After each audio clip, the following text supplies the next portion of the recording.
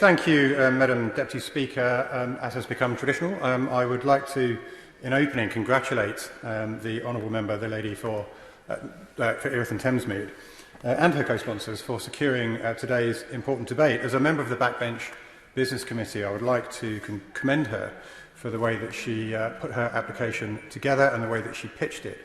It wasn't very hard for us to agree to this debate, and we did so unanimously, and to fast-track it so that we could get it into the Chamber during the month of October. She is, of course, entirely right to say that we should commemorate the contributions and achievements of Black Britons to our country's history, and these contributions are many and varied across the arts, entertainment, culture, politics, current affairs.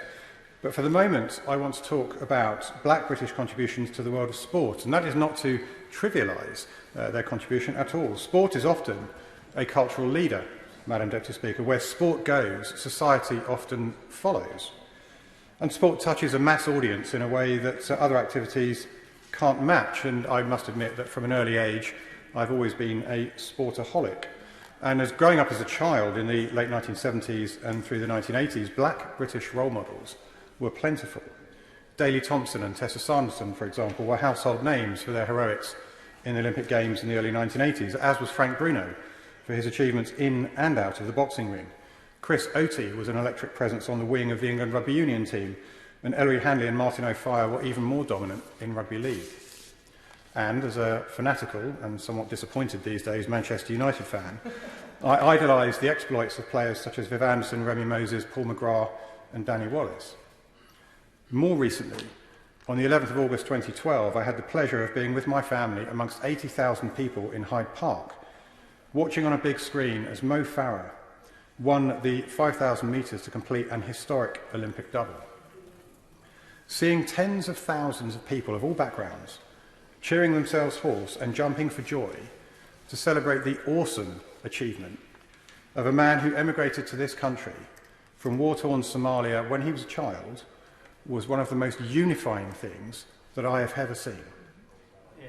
And the sight of him draped in the Union flag during his lap of honour was an especially poignant sight.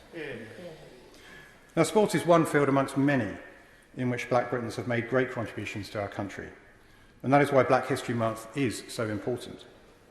But it is equally important that it is not hijacked by those with a political agenda who wish to sow division. There have recently been disturbing noises in certain quarters from political activists who wish to attack British history, British tradition, British culture and British institutions. For example, recently, attempts have been made to sully the reputations of towering figures in British history because the views of their time do not necessarily conform to today's values. Now, it is certainly true that history can be debated and can be interpreted in different ways, but it would be wholly wrong to attempt to rewrite our history, to indoctrinate our children with an anti-British propaganda and to seek to impose an ideological worldview. These moves are dangerous.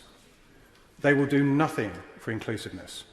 Instead, they will foster bitterness and resentment on all sides. So we must not go down this route. Instead, as my honourable friend, the member for Windsor, said at the beginning of this debate, let us celebrate our commonality.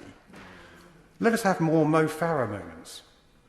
Let us use Black History Month to celebrate the achievement of Black Britons and bring people together across the country, not force them apart.